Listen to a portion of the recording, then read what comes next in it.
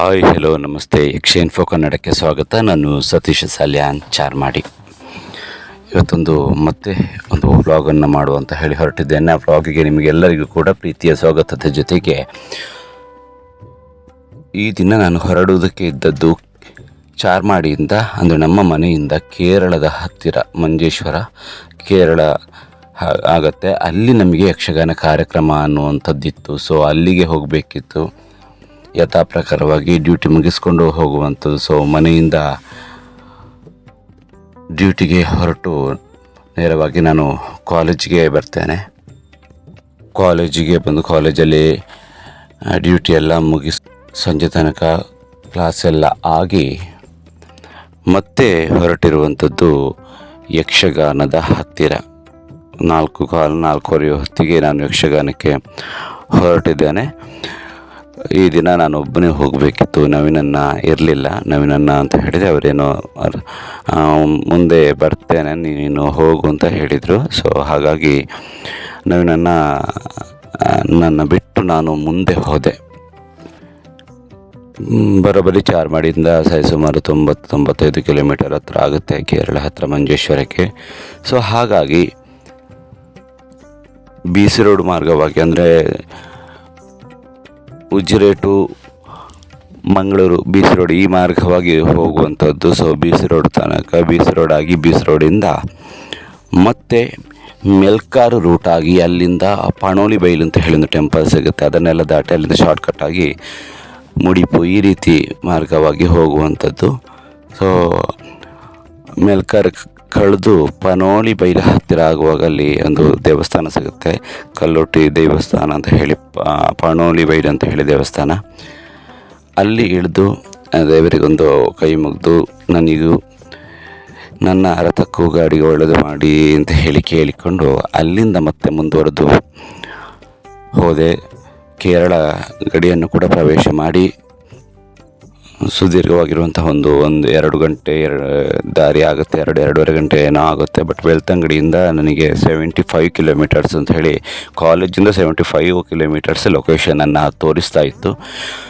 ನಮಗೆ ಇದ್ದದ್ದು ಕೂಡ ದೇವಿ ಮಹಾತ್ಮೆ ಅನ್ನುವಂತಹ ಪ್ರಸಂಗ ಆಗಿರೋದ್ರಿಂದ ನನ್ನದು ವೇಷ ಕೂಡ ಯಕ್ಷ ಆಗಿತ್ತು. ಸೊ ಹಾಗಾಗಿ ನನಗೆ ಒಂದು 7-7:30ಗೆ ರೀಚ್ ಆಗಬೇಕಿತ್ತು.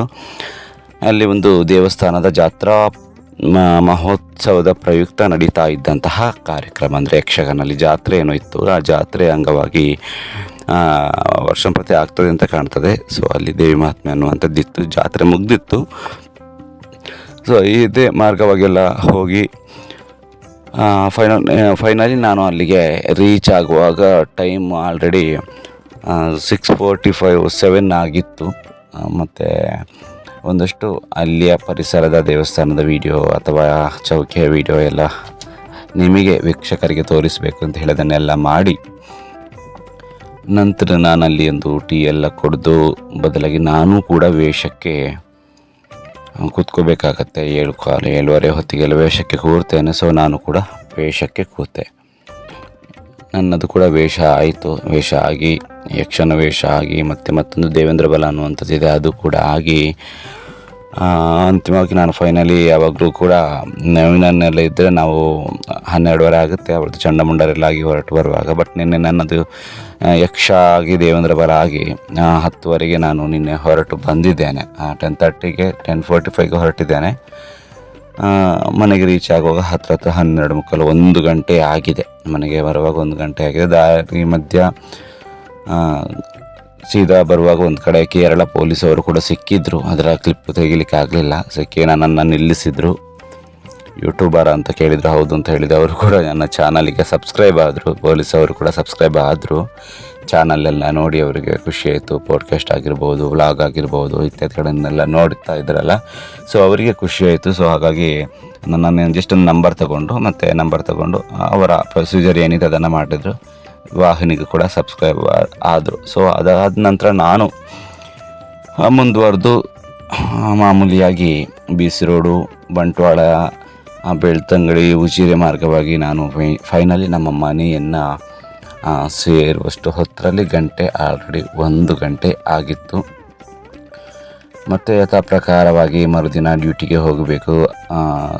ಸೊ ಬೇಗ ಮಲಗಬೇಕಲ್ಲ, ಹಾಗಾಗಿ ಆಲ್ರೆಡಿ ಬೆಳಿಗ್ಗೆ ಮನೆಯಿಂದ ಒಂದು ಕಾಲೇಜಿಗೆ 9 ಗಂಟೆಗೇನೋ ಹೊರಟ್ರೆ ಮತ್ತೆ ಮನೆಗೆ ಸೇರುವಂಥದ್ದು 3 ಗಂಟೆ 2 ಗಂಟೆ 1 ಗಂಟೆ ಈ ಟೈಮಲ್ಲಿ. ಸೊ ಫುಲ್ಲು ಟಯರ್ಡ್ ಆಗಿತ್ತು. ಸೊ ಫ್ರೆಶ್ ಅಪ್ ಆಗಿ ಮಲಗಬೇಕಲ್ಲ ಅಂತ ಹೇಳಿ ಮರುದಿನ ಈ ವ್ಲಾಗ್ ಈಗ ಹಾಕ್ತಾ ಇದೆಯನ್ನಲ್ಲ, ಇದನ್ನು ಬಂದು ಕಾಲೇಜಲ್ಲಿ ಬಂದು ಬೇರೆ ಸರಿದೊಂದು ಕಾರಲ್ಲಿ ಕೂತು ವಾಯ್ಸ್ ರೆಕಾರ್ಡ್ ಮಾಡ್ತಾ ಇರುವಂಥದ್ದು. ಸೊ ವಿಡಿಯೋ ಬೇಕಾಗಿ, ಬಟ್ ಯಕ್ಷಗಾನ ಮುಗ್ದ ನಂತರ ಫ್ರೀ ಆಗ್ತೇನೆ. ಸೊ ಪಾಡ್ಕಾಸ್ಟ್ ವೀಡಿಯೋ ಎಲ್ಲ ಹಾಕೋದಕ್ಕೆ ಟೈಮ್ ಸಿಗುತ್ತೆ. ಬಟ್ ಇವಾಗ ವೀಡಿಯೋ ಹಾಕೋದಕ್ಕೂ ವಾಯ್ಸ್ ಓವರ್ ಕೊಡೋದಕ್ಕೂ ಎಡಿಟ್ ಮಾಡೋದಕ್ಕೂ ಎಲ್ಲ ತುಂಬ ಟೈಮ್ ಹಿಡಿಯುತ್ತೆ. ಬಟ್ ಆದರೂ ಕೂಡ ಕಂಟಿನ್ಯೂಟಿ ಇರಲಿ ಅಂತ ಹೇಳಿ ನನ್ನ ಸಬ್ಸ್ಕ್ರೈಬರ್ಸ್ಗಳಿಗೆ ಅಥವಾ ನನ್ನ ವಾಹಿನಿಯನ್ನು ನೋಡುವಂಥ ಒಂದಷ್ಟು ಜನಗಳಿಗೆ ನನ್ನಿಂದ ಆದಷ್ಟು ಮಟ್ಟಿಗೆ ಆಲ್ಮೋಸ್ಟ್ ಡೈಲಿ ನಾನು ವೀಡಿಯೋಗಳನ್ನು ಅಥವಾ ಒಂದಿನ ಬಿಟ್ಟು ಒಂದಿನಗೆ ವೀಡಿಯೋವನ್ನು ಹಾಕ್ತಾ ಇದ್ದೇನೆ. ಬಟ್ ಹಾಕ್ತಾ ಇರ್ತೇನೆ ಖಂಡಿತವಾಗಿ. ಒಂದಿನ ಗ್ಯಾಪ್ ಆಗ್ಬೋದು, ಮರುದಿನ ನಾನು ಹಾಕ್ತಾ ಇರ್ತೇನೆ. ಅದು ವ್ಯೂಸ್ ಆಗ್ತದೋ ಇಲ್ವೋ ಅದು ಬೇರೆ ಪ್ರಶ್ನೆ. ಬಟ್ ನಾನು ವೀಡಿಯೋಸ್ಗಳನ್ನು ಹಾಕ್ತಾ ಇರ್ತೇನೆ. ಇದರ ನಡುವೆ ಪಾಡ್ಕಾಸ್ಟ್ಗಳ ವೀಡಿಯೋಗಳಾಗಿರ್ಬೋದು ಅಥವಾ ಮತ್ತೊಂದು ಪಾಡ್ಕಾಸ್ಟ್ಗೆ ಈಗ ಮುಂದಿನ ವಾರದ ಅತಿಥಿಗಳಾಗಿ ಬೇರೆ ಬರುತ್ತೆ.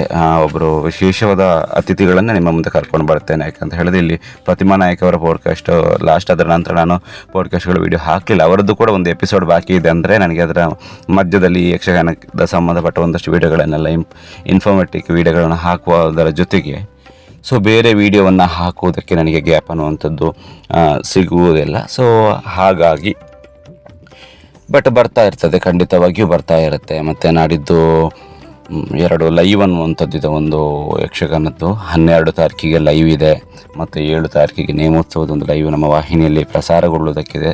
ದಯವಿಟ್ಟು ಅದನ್ನು ಎಲ್ಲರೂ ನೋಡಿ ಅಂತ ಹೇಳುವುದರ ಜೊತೆಗೆ ಓಕೆ, ಇದೊಂದು ಕೇರಳದಿಂದ ಚಾರ್ಮಾಡಿಗೆ ನಮ್ಮ ಜರ್ನಿ ಟ್ರಾವೆಲಿಂಗ್ ಅನ್ನುವಂಥದ್ದು ಹೇಗಿತ್ತು ಅಂತ ಹೇಳಿ ಆ ವ್ಲಾಗನ್ನು ಮಾಡಿರುವಂಥದ್ದು. ಸೊ ನಿಮಗೆ ಇದು ವಿಡಿಯೋ ಇಷ್ಟ ಆಗಿರ್ಬೋದು ಅಂತ ಹೇಳಿ ಅಂದುಕೊಳ್ತೇನೆ. ನಾವು ಕಲಾವಿದರ ಜರ್ನಿ ಅನ್ನುವಂಥದ್ದು ಹೇಗಿರ್ತದೆ ಏನು ಅಂತ ಹೇಳಿ ತಿಳಿಸುವಂತಹ ಪ್ರಯತ್ನ ಅಷ್ಟೇ. ಸೊ ಓಕೆ, ಯಾರೆಲ್ಲ ವ್ಲಾಗನ್ನು ನೋಡಿದ್ದೀರಿ ಅವರಿಗೆಲ್ಲರಿಗೂ ಕೂಡ ಥ್ಯಾಂಕ್ಸ್ ಅಂತ ಹೇಳುತ್ತಾ, ವಾಹಿನಿಯನ್ನು ಸಬ್ಸ್ಕ್ರೈಬ್ ಮಾಡದೆ ನೋಡಿದರೆ ದಯವಿಟ್ಟು ವಾಹಿನಿಯನ್ನು ಸಬ್ಸ್ಕ್ರೈಬ್ ಮಾಡಿ. ಮತ್ತಷ್ಟು ವೀಡಿಯೋಗಳಿಗಾಗಿ ನಮ್ಮ ವಾಹಿನಿಯಲ್ಲಿ ಅಪ್ಡೇಟ್ಗಳು ಬರ್ತಾ ಇರುತ್ತೆ. ಯಾರೆಲ್ಲ ಬೆಲ್ ಐಕನನ್ನು ಪ್ರೆಸ್ ಮಾಡಿಲ್ಲ, ಬೆಲ್ ಐಕನನ್ನು ಪ್ರೆಸ್ ಮಾಡಿ ನಮ್ಮ ವಿಡಿಯೋವನ್ನು ವೀಕ್ಷಿಸಿ ಅಂತ ಹೇಳುತ್ತಾ, ಇದು ಯಕ್ಷ ಇನ್ಫೋ ಕನ್ನಡ, ಸತ್ಯ ವಿಚಾರಗಳ ಸ್ಪಷ್ಟ ಸುದ್ದಿ. ಮುಂದಿನ ವ್ಲಾಗಲ್ಲಿ ಖಂಡಿತ ಸಿಗ್ತೇನೆ, ಭೇಟಿಯಾಗೋಣ. ನಮಸ್ಕಾರ.